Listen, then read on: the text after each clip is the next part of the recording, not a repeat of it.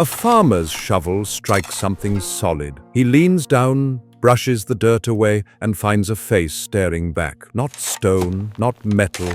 Clay, a soldier's head, perfectly lifelike, eyes fixed on eternity. Within weeks, the earth splits open to reveal rank after rank of warriors, thousands of them, silent, ready for war. They have stood in darkness for more than 2,000 years, guarding the tomb of a man who believed he could conquer death itself. This is the story of Qin Shi Huang, the first emperor of China, and his march toward immortality.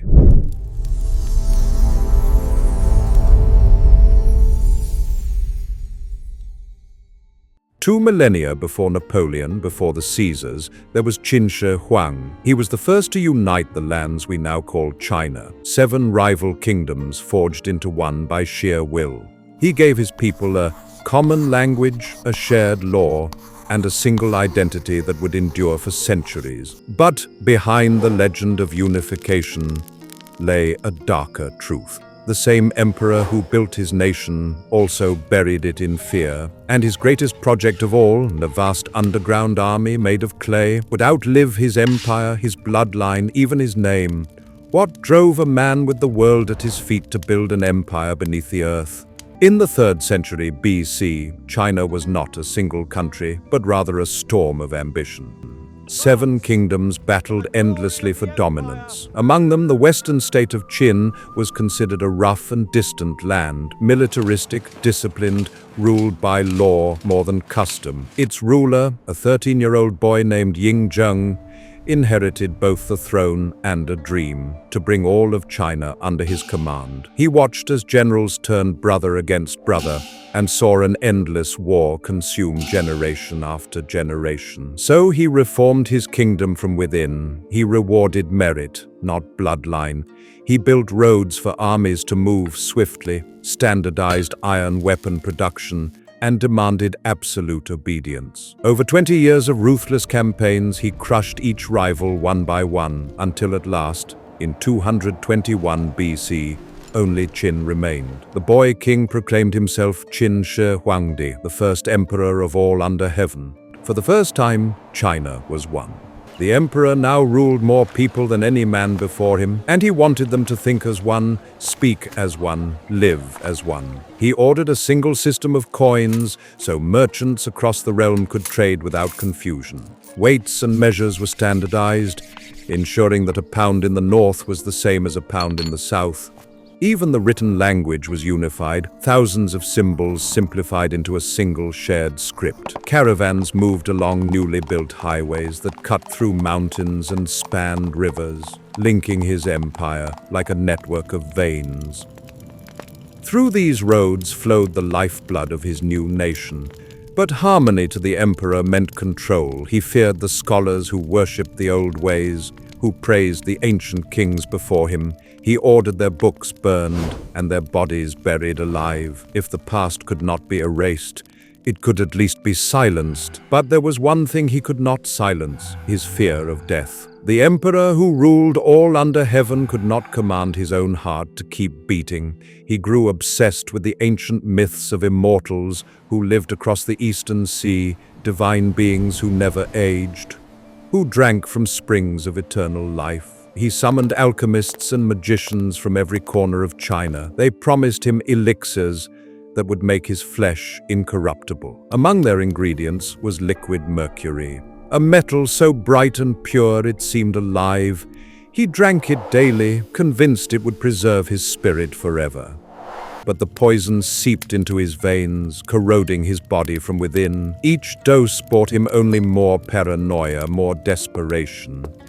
And in that desperation, he began the work that would define him for eternity, his tomb.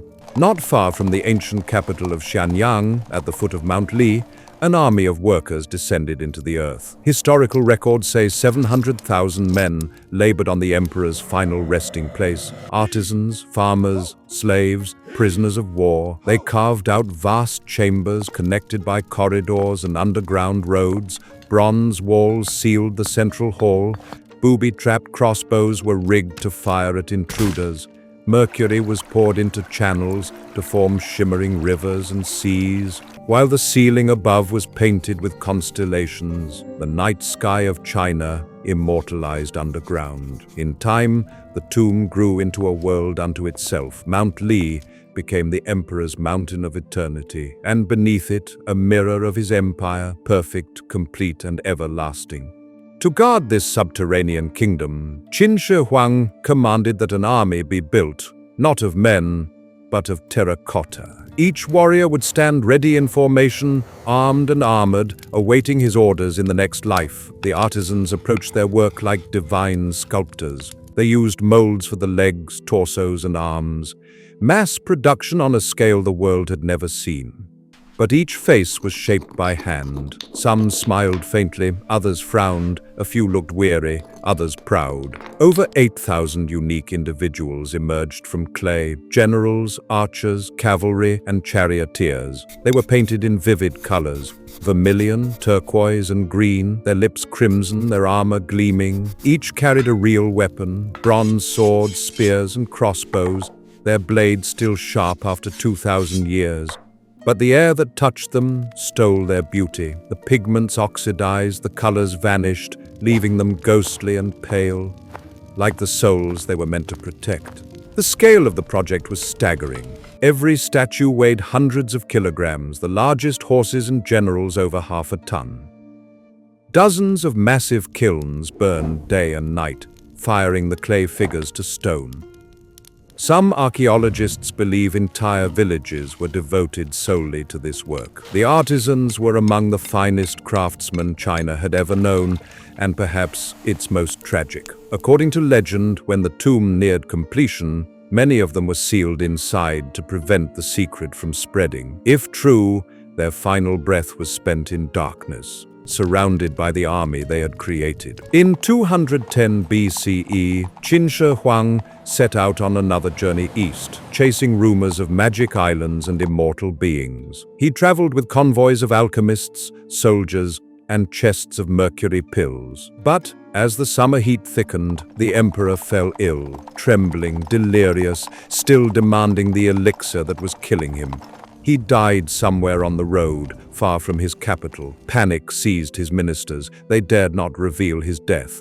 They sealed his carriage, packed wagons of rotting fish beside it to mask the stench, and continued the journey as if he still breathed. For weeks, the dead emperor traveled home, his face stiffening behind drawn curtains. By the time they reached the capital, only silence awaited him. No one dared speak the truth aloud, that the man who built an empire against time had been conquered by it. The empire Qin Shi Huang forged with iron will lasted barely longer than his own heartbeat. A weak and frightened son ruled under the shadow of scheming ministers. They fought for power as rebellions smoldered in the provinces. The peasants who had once built the Great Wall and the tomb now rose up against the dynasty that had broken them. Fields went untended, roads filled with deserters, and the empire cracked like unfired clay. By 206 BCE, barely 15 years after unification, the Qin Dynasty collapsed in flames. But beneath Mount Li, the emperor's army still stood, ranks unbroken, weapons drawn, their emperor's ghost sealed within the darkness. Above ground, kingdoms fell and new dynasties rose. Below, time stood still.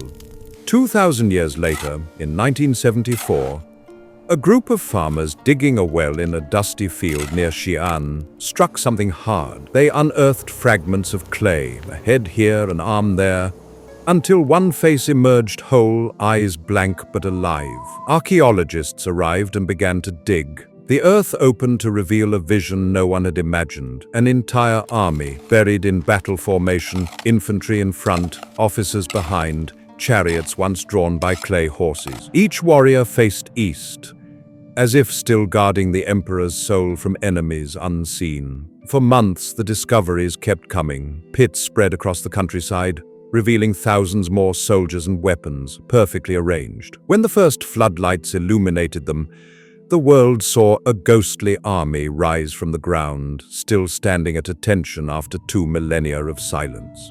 It was, one archaeologist wrote, as if time itself had been ordered to halt. And yet, what we have found is only the edge of the emperor's afterlife. The main burial chamber, the true tomb, remains sealed beneath Mount Li. Ancient historian Sima Qian described it. Rivers of mercury flowing around palaces of bronze, the ceiling painted with constellations, the floor mapped with China's mountains and seas. Modern scientists scanning the soil have indeed found mercury concentrations hundreds of times higher than normal. It seems the old chronicles were telling the truth, but to open the tomb now would destroy it. The painted pigments crumble the moment they touch air. The government forbids excavation until technology can protect the relics inside. So the emperor still sleeps beneath the mountain, surrounded by his rivers of poison, his palaces of silence, his dreams of eternity intact. Qin Shi Huang spent his life trying to outwit death. He crushed kingdoms, consumed mercury, and buried an army to protect him forever. Yet every step he took toward immortality brought him closer to decay. His laws and his script laid the foundation for 2,000 years of Chinese civilization. His tomb, untouched, magnificent, lethal with mercury, remains the most famous unopened mystery in archaeology. The clay men who guard him are his final proclamation: if life must end, legacy will not.